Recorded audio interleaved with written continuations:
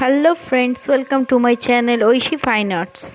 বন্ধুরা, তোমরা সকলেই জানো কিছুদিন আগে আমরা দীপাবলি পালন করেছি। সেই দীপাবলিতে কেউ কেউ প্রদীপ, কেউ মোমবাতি জ্বালিয়েছি। চলো বন্ধুরা, আজকে আমি তোমাদের একটি প্রদীপ ড্র করা শেখাবো। প্রদীপটি ড্র করার জন্য প্রথমে আমরা একটা স্ট্রিপিং লাইন ড্র করে নিয়েছি। স্ট্রিপিং লাইনের নিচ থেকে আমরা একটা হাফ ওভাল শেপ ড্র করে নিলাম।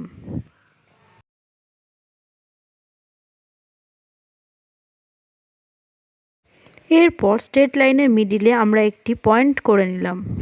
পয়েন্টের দু সাইডে দুটি হাফ ওভাল শেপ ড্র করে নিয়েছি, অর্থাৎ শেপটিকে অনেকটা ডাব্লু শেপের মতন ড্র করতে হবে।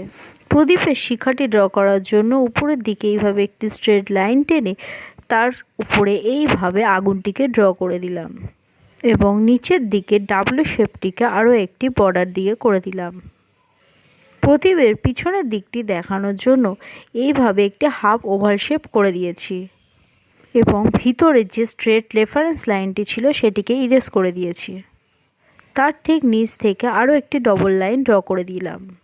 দেখো বন্ধুরা, আমাদের প্রদীপ ড্রয়িংটি কমপ্লিট হয়ে গেছে। তাহলে চলো আমরা এবার কালার স্টার্ট করি। প্রদীপের নিচের পার্টটি কালার করার জন্য আমরা ব্রাউন কালারটি ইউজ করেছি। ব্রাউন কালার দিয়ে প্রথমে প্রদীপের নিচের পার্টটি বর্ডার করে ভালোভাবে ফিল করে দিয়েছি। নিচের পার্টটি ব্রাউন কালার দিয়ে ফিল করা হয়ে গেলে উপরের পার্টটি আমরা স্কাই ব্লু কালার দিয়ে ফিল করে দিলাম এবং পিছনের পার্টটিকেও আমরা স্কাই ব্লু কালার দিয়ে ভালোভাবে ফিল করে দিয়েছি। এরপর প্রদীপের মাঝের অংশটি কালার করার জন্য আমরা অকার ইয়েলো কালারটি ইউজ করেছি। অকার ইয়েলো কালারটি দিয়ে আমরা প্রদীপের তেলটি বোঝানোর চেষ্টা করেছি।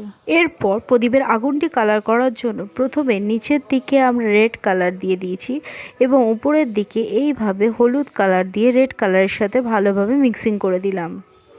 প্রদীপের নিচের পার্টে শ্যাডোটি করার জন্য আমরা এখানে গ্রে কালার ইউজ করেছি। গ্রে কালার দিয়ে হালকা করে এখানে কালার করে দিলাম। প্রদীপটাকে হাইলাইট করার জন্য যে কোনো বর্ডার পেন্সিল দিয়ে তোমরা এটিকে বর্ডার করে দিতে পারো। ভিডিওটি ভালো লাগলে একটি লাইক এবং বন্ধুদের মধ্যে শেয়ার করে দেবে এবং আমার চ্যানেলে যদি নতুন হও চ্যানেলটিকে সাবস্ক্রাইব করে পাশে থাকা বেল আইকনটি প্রেস করে দিও।